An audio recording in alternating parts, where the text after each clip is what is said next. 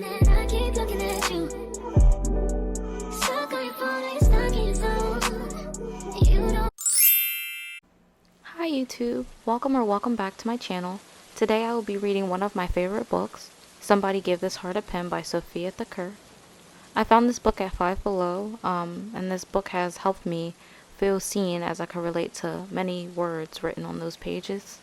So today I'm going to be sharing a couple of my favorite excerpts from the book, so I hope you enjoy.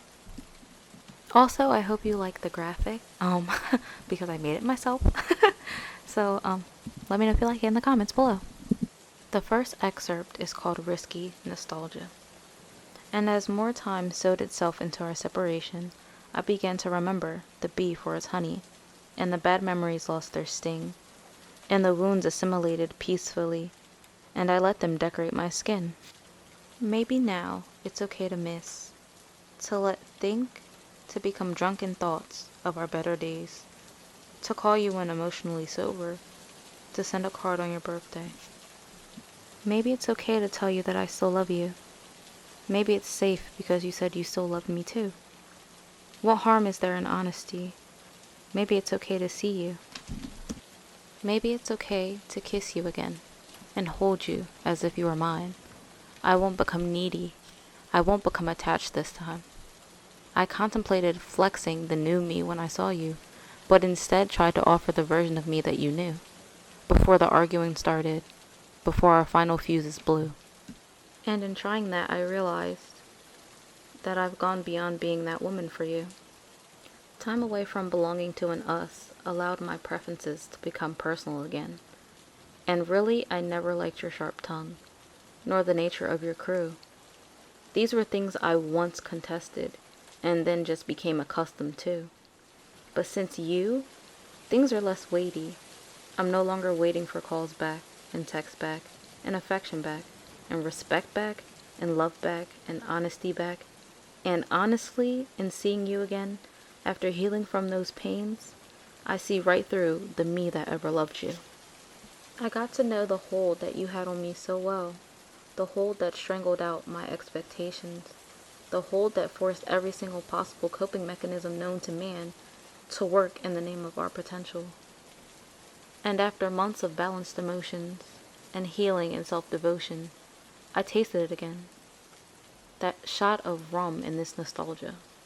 There are smells that remind me of the nights I'd rather forget, and I can no longer go near those drinks. And while I thought I'd be happy to see you, I tasted the rum on your lips, but this time, I run. The next excerpt is called Forever Love. While the whole poem is beautiful, my favorite part is the ending, so that's where I'm going to start. Your skin remembers mine, and I die to the idea that you have no power over me. You think loving is hard? Have you tried loving and leaving inside the same kiss over and over? Have you sat your heart down and told it not to get caught up this time? Have you been constantly disappointed in your mind for forcing its way back to that place? That helpless, obsessed, sometimes jealous, never at rest place that always wakes to your inconsistencies? Heart, fold. For goodness sake, just give weight to the head this time. It's actually right this time. Every time you simmer, I see it as the rest of the body being ready to see him again. And every time I wildly misjudge my strength and my soft. Give me discipline from hindsight, and faith and foresight. One day this heart will see him without softening, and the mind will meet him and not care. Or is this the love that you fight for? Is that why this is so ridiculous to bear? This next excerpt is Grandma, If You Can Hear. How did you discern between what you want and what's worth it? How many lessons make a learned one? How did you work out your purpose? How do you shake off burden? How much of your parents do you become? Do I plan ahead or ride the wave? Does the world belong to the rich or the brave? How often did your inner circle change? What happens to the secrets that you gave? How do you know if they love you for real? Will I ever love like this again? Does a heart get stronger after breaking, or do we just get better at pretend? How does your body get used to losing a loved one? when they die, or when they just leave, or when they stay but they fade and forget who they used to be? When does compromise become sacrifice? When does sacrifice become surrender? What on this earth is worth surrendering to? Do aspirations become disappointed in you? Do you hear them mutter could have beens behind your ears? Or does responsibility become the driving factor behind any adult's career? Do you listen to the mind or the heart to get the right thing done? Because right now I'm risking a lot in the name of love. Before I risk it all, I thought I'd send some questions up. So hit me up with love. S. If you aren't thinking about buying this book, you should reconsider. This next excerpt is called From God.